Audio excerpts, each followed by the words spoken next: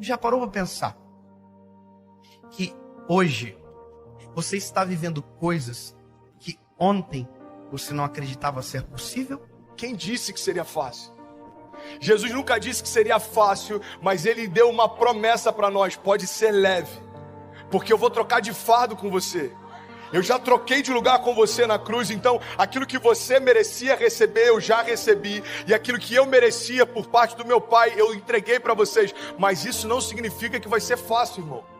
Se a gente perder tudo, mas não perder a fé, a gente não perdeu nada. Porque a fé é a chave que move o sobrenatural. A fé é aquilo que faz com que alguém que não tem nada aos olhos dos homens viva como alguém que já recebeu tudo aos olhos de Deus. Eu não me movo mais por aquilo que eu vejo, mas eu me movo por aquilo que eu creio. Se você se agarrar à fé que Deus depositou em você, nada vai ser impossível para você. Quem sabe não seja a hora de você crer no Deus que te respondeu hoje, quando ontem era impossível.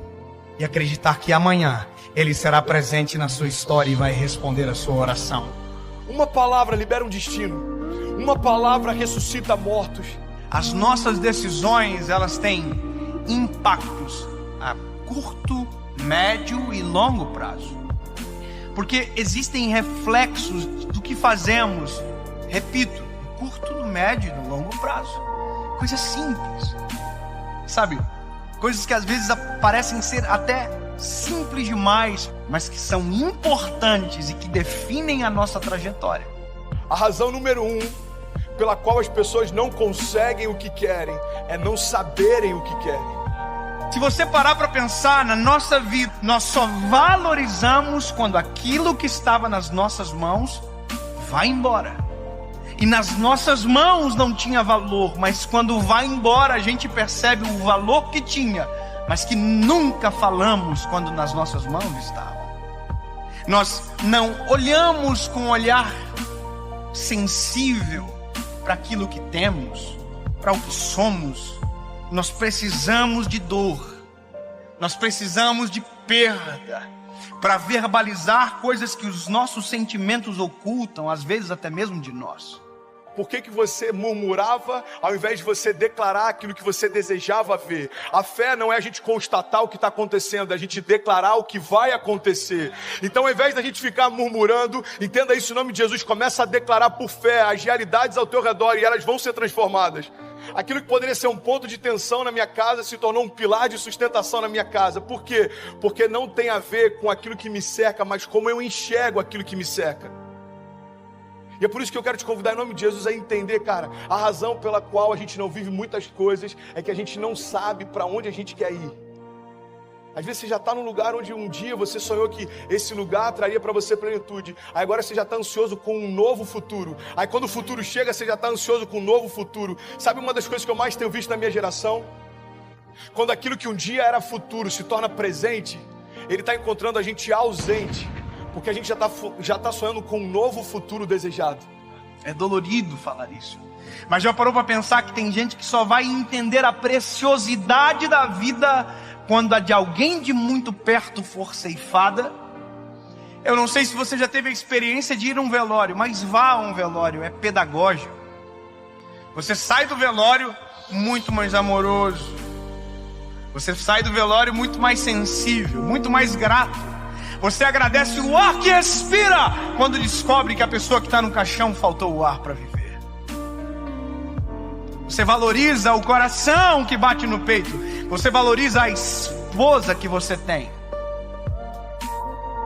E às vezes só se valoriza quando perde.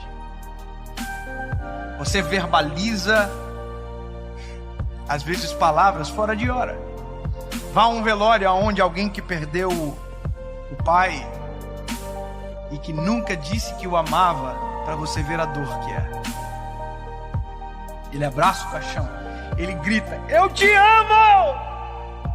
Mas essa palavra não surte mais nenhum efeito, porque quem precisava ouvir não ouve mais. Porque tem coisas que só valem enquanto há tempo, fora de tempo não vale mais. O seu posicionamento define os seus limites. Sabe, isso está ligado à tua fé, isso está ligado à tua família, isso está ligado ao teu chamado. O teu posicionamento define os seus limites. Tem milagres que você está esperando que aconteçam, mas você não deu os primeiros passos de fé para que eles se realizem. Tem romper que você está esperando que se manifeste, mas você ainda não deu os primeiros passos de fé para que ele aconteça. Tem momentos, irmão, que a gente está clamando para que Deus mande a chuva, mas a gente nem preparou a terra ainda. E Deus está falando: ei, se eu mandar a chuva do jeito que os campos estão, eu vou destruir a tua plantação, eu não vou te abençoar com isso. É Deus falando: ei, se prepara para receber aquilo que eu quero derramar, se prepara para receber aquilo que eu vou derramar sobre você. Você precisa se posicionar na direção do teu milagre.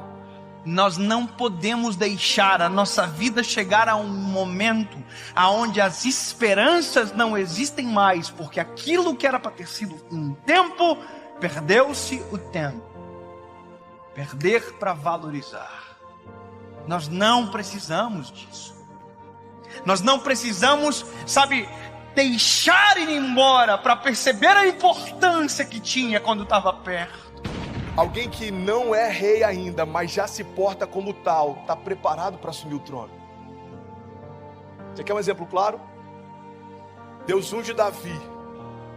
Davi era improvável, Davi era desconhecido, Davi até para o seu pai e para os seus irmãos era invisível, mas a partir daquele dia, aos olhos de Deus, Davi já estava no trono.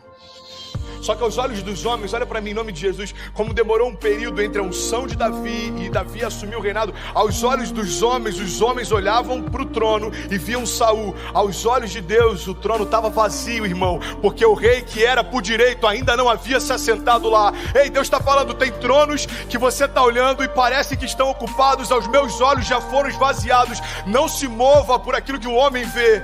Eu não vejo como o homem vê. Talvez você está olhando para uma situação e ela parece intransponível. Jesus já está olhando lá na frente e já foi vencida. E ele está falando: ei, você está preocupado por conta dessa crise? Eu conheço o teu futuro. Eu sou aquele que, eu não tenho, entendi isso, irmão. Jesus, ele não está na eternidade, a eternidade está em Jesus. Então ele conhece a eternidade passada, a eternidade futura. É por isso que algumas crises para os céus não fazem sentido, porque às vezes uma crise financeira abate a gente, mas Jesus já sabe o que está te esperando na estação seguinte. E ele está falando para a gente nessa manhã: ei, você está preocupado por conta dessa crise? Filho, eu desenhei a tua história, eu sei aonde você vai, fica tranquilo. Pare de reclamar daquilo que você ainda não se moveu para viver. Pare de reclamar do resultado de escolhas que você não fez. Para você viver a vida que você deseja, você precisa abrir mão da vida que você leva. 2 Crônicas 7,14 diz: se o meu povo, que se chama pelo meu nome, se humilhar e orar e buscar a minha face e se afastar dos seus maus caminhos, dos céus eu ouvirei, perdoarei os seus pecados e eu sararei a sua terra. Existe uma condicional. Deus está dizendo: olha, se o meu povo, que se chama pelo meu nome, se humilhar e clamar e se arrepender, o que ele está dizendo é o seguinte: se você der os passos de fé, os céus vão reagir àquilo que você está se movendo. Evangelho não tem a ver com conforto. Evangelho tem a ver com propósito. E é por isso que muitas vezes a conta não fecha.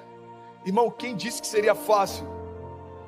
Eu quero te encorajar a você se posicionar na direção do seu destino, na direção do destino que Deus prometeu para você. Nada menos do que isso vai ser aceitável. Salmo 126, versículo 5 diz: aqueles que semeiam com lágrimas, com cantos de alegria colherão. Aquele que sai chorando enquanto semeia, voltará com cantos de alegria, trazendo seus feixes. Mas eu não posso fazer por você aquilo que só você pode fazer.